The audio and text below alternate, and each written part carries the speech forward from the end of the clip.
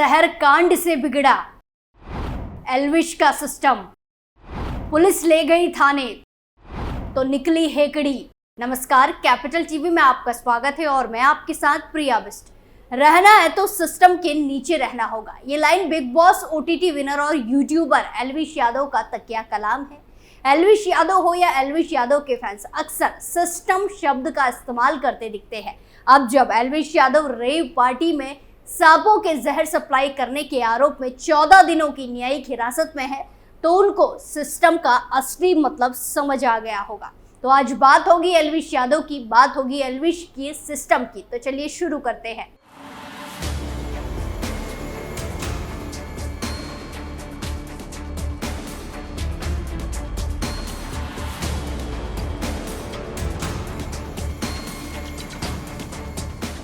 वो कहते हैं ना, शोहरत पाने से ज्यादा उसे संभाल कर रखना मुश्किल होता है। ये बात एल्विश यादव केस में एकदम सटीक बैठती है। वो एल्विश यादव जो वाइल्ड कार्ड एंट्री होने के बावजूद बिग बॉस OTT 2 की ट्रॉफी जीतने में कामयाब हुआ। अब तक कई एक्ट्रेस के साथ गाने भी गा चुका है, मगर कामयाबी के साथ साथ वो लगातार अपने विवादों के चलते सुर्खियों में है। कभी मारपीट का मामला तो कभी एक्ट्रेस की बॉडी शेमिंग, मगर बीते साल नवंबर में सांपों के जहर मामले में वो बुरा फंस गया। फिलहाल वो जेल में है और उसके माता पिता लगातार बेटे को बेकसूर बता रहे हैं। मगर जितना संगीन आरोप है अब तक एल्विश यादव पर लगे, उसे भी अनदेखा नहीं किया जा सकता। सबसे हैरानी की बात तो यह है कि इतने बड़े विवाद के बाद भी एल्विश का घमंड जरा भी टस का मस नहीं हुआ। नवंबर 2023 में केस सामने आया था, इसके बाद भी उसके रवैये में जरा भी बदलाव नहीं दिखा। कभी रेस्टोरेंट में एक युवक को चाटा मारना तो कभी दूसरे यूट्यूबर की पिटाई करना। वहीं अब जब रेव पार्टी मामले में गिरफ्तारी हुई तो एल्विश तरह तरह की बातें कर पुलिस को गुमराह कर रहा है। उसके हिसाब से वो रेव पार्टी पैसों के अलावा अपना भौकाल बनाने के लिए और स्वैग कायम करने के लिए आयोजित करता था। ये जानकारी एक पुलिस अधिकारी ने दी है। पूछताछ के दौरान यादव ने आरोप स्वीकार नहीं किए, लेकिन हमारे पास बहुत सबूत है।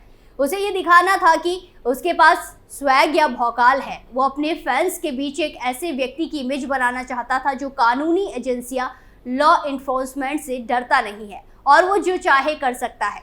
लेकिन पुलिस के पास यादव से जुड़ी 6 से ज्यादा पार्टियों में सांप के जहर के सप्लाई के सबूत मिले हैं। जांच में शामिल अधिकारी का कहना है कि कुछ पार्टियों में वो खुद शामिल हुआ था। वहीं एक अधिकारी ने कहा कि जो लोग इन पार्टियों में शामिल हुए थे उनकी पहचान की जा रही है। सांप के जहर का इस्तेमाल करने को लेकर उनके खिलाफ उचित कार्रवाई की जाएगी। वहीं आपको बता दें कि एल्विश यादव के खिलाफ ये मामला 3 नवंबर 2023 को प्रकाश में आया।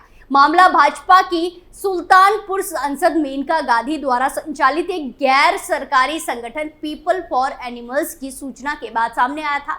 उसके बाद मामले में FIR हुई और वो लगातार विवादों में घिर गया। वहीं 3 नवंबर 2023 को नामजद FIR दर्ज होने के बावजूद पुलिस एल्विश यादव को गिरफ्तार करने से बच रही थी। सांपों की तस्करी और रेव पार्टी को लेकर पिछले साल नवंबर में आरोपितों को रिमांड पर लिया गया। इसके बाद नोएडा पुलिस ने उनसे कई घंटे पूछताछ की थी, जिसमें आरोपियों की तरफ से कई राज उगले गए थे। आरोपियों ने पूछताछ में पुलिस के सामने स्वीकार किया था कि इन रेव पार्टियों में बिन प्रोग्राम और सांपों का खेल भी करवाया जाता था और इनका कनेक्शन एल्विश यादव और फाजलपुरिया से भी बताया गया। पुलिस ने जांच को आगे बढ़ाते हुए तस्करों से शीशी में बरामद 20 ml स्नेक वेनम को जांच के लिए फॉरेंसिक साइंस लैब भेजा। पिछले महीने रिपोर्ट आई जिसमें पता चला कि बरामद स्नेक वेनम कोबरा की करेत प्रजाति के सांपों का था। साथ ही बरामद सांप का मेडिकल परीक्षण वन विभाग से कराया गया था। तो ये सामने आया कि सांपों की विष ग्रंथि निकाली जा चुकी है। इसके बाद सपोरे को रिमांड पर लेकर पुलिस ने फरीदाबाद से 2 कोबरा बरामद किए थे। FSL रिपोर्ट और वन्य जीव संरक्षण अधिनियम के अध्ययन के बाद कई ऐसे सबूत निकलकर सामने आए जिन्होंने एल्विश यादव की मुश्किलें बढ़ाई। अध्ययन पूरा होने के बाद पुलिस ने नवंबर 2023 में नोटिस जारी कर एल्विश यादव को पूछताछ के लिए बुलाया था। कुछ घंटे पूछताछ के बाद एल्विश यादव को जाने दिया। एल्विश ने खुद को निर्दोष बताया और एल्विश यादव ने फॉरेंसिक रिपोर्ट पॉजिटिव आने के बाद पुलिस को खुली चुनौती दी थी। उसने YouTube पर फरवरी में 13 मिनट 34 सेकंड का एक वीडियो जारी किया। इसमें 8-10 लोग एक कमरे में बैठे थे। उसने फॉरेंसिक लैब की रिपोर्ट का मजाक उड़ाते हुए कहा कि सांपों के जहर को लैब में टेस्ट करवाओगे तो जहर ही आएगा, मैं नोएडा की रेव पार्टी में नहीं था, मैं मुंबई में था। हो सकता है मुंबई में कोई नोएडा हो।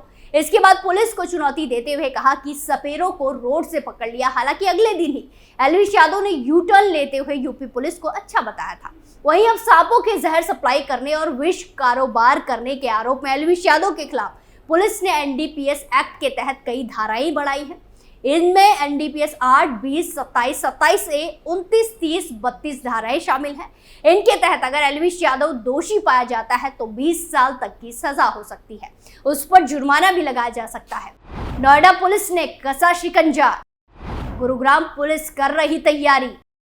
एक तरफ जहां एल्विश यादव पर नोएडा पुलिस का शिकंजा कसा है, तो वहीं दूसरी ओर अपडेट यह है कि गुरुग्राम पुलिस भी एल्विश यादव को रिमांड पर लेकर पूछताछ करेगी। वो मिलेनियम सिटी के सेक्टर 53 थाने में एल्विश यादव के खिलाफ दर्ज केस में रिमांड पर लेकर पूछताछ करेगी। इसके अलावा एल्विश यादव पर पहले से ही एक केस दर्ज है। वो एक यूट्यूबर को पीटने के कारण निशाने पर है। गुरुग्राम पुलिस के मुताबिक एल्विश यादव पर आरोप है कि उसने मिलेनियम सिटी के एक मॉल में यूट्यूबर मैक्सटन उर्फ सागर ठाकुर के साथ मारपीट की थी। हालांकि इस मुद्दे को बाद में एल्विश यादव और सागर ठाकुर ने आपस में मिलकर सुलझा लिया था। सोशल मीडिया पर दोनों ने एक दूसरे से माफी मांगी थी। साथ ही लाइव सेशन में सागर ठाकुर ने कहा कि उन्हें किसी के उकसाने पर एल्विश यादव को टारगेट किया, जिसके कारण एल्विश ने उन्हें बुरी तरह पीटा था। उधर एल्विश यादव पर एनडीपीएस एक्ट की 8/20, सेक्शन 27 एनडीपीएस, सेक्शन 30 एनडीपीएस और एनडीपीएस 27A जैसी धाराएं लगाई गई हैं। इनके तहत किसी व्यक्ति का नारकोटिक ड्रग इस्तेमाल करना, ड्रग की खरीद फरोख्त और उसमें पैसे लगाना और ड्रग कैसे कंज्यूम करना है, इसकी प्लानिंग करने जैसे अपराध शामिल है। नोएडा पुलिस की बड़ी रडार, एल्विश के बाद फाजलपुरिया। यूट्यूबर एल्विश यादव नोएडा पुलिस की गिरफ्त में है। एल्विश यादव को गौतम बुद्ध नगर के जिला कारागार में रखा गया है। वहीं रेव पार्टी में सांप के जहर के इस्तेमाल के मामले में सिंगर फाजिलपुरिया का भी नाम निकलकर सामने आया है। नोएडा पुलिस की पूछताछ में एल्विश यादव ने फाजिलपुरिया की पार्टी का जिक्र किया था। ऐसा माना जा रहा है कि नोएडा पुलिस जल्द ही सिंगर फाजिलपुरिया को नोटिस भेज सकती है।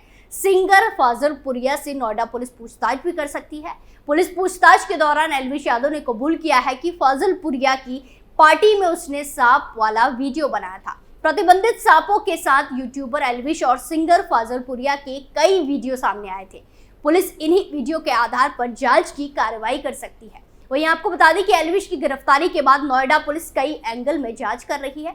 नोएडा में कहां-कहां रेव पार्टी की गई, प्रतिबंधित सांपों का इस्तेमाल और कौन लोग करते हैं, किस किस पार्टी में नशे के लिए सांप के जहर का इस्तेमाल होता है, इस तरह की पार्टी और कौन लोग आयोजित करते हैं, इन सवालों के जवाब अब नोएडा पुलिस खंगाल रही है। साथ ही नोएडा पुलिस सिंगर फाजिलपुरिया और सपेरे राहुल के कनेक्शन की भी जांच कर रही है।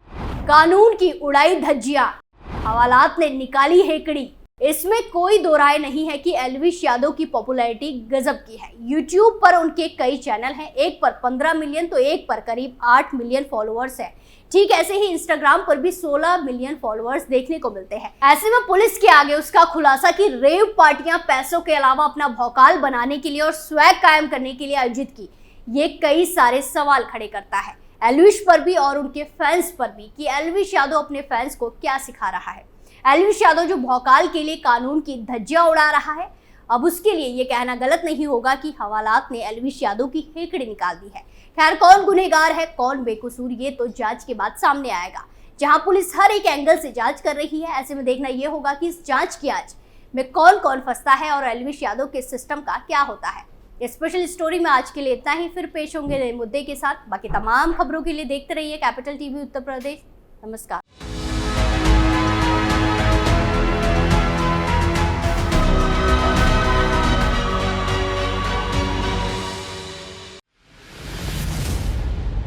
मैं राजनीति करता नहीं, पर राजनीति को बहुत गहरे तक समझता हूं। मैं लोगों के बीच रहता हूं, लोगों के मन को अच्छे से जानता हूं।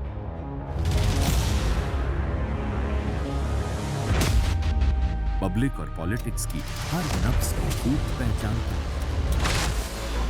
संघर्ष की सियासत से सत्ता के सिंहासन तक मैं हर खबर से खरा सच निकालता हूं।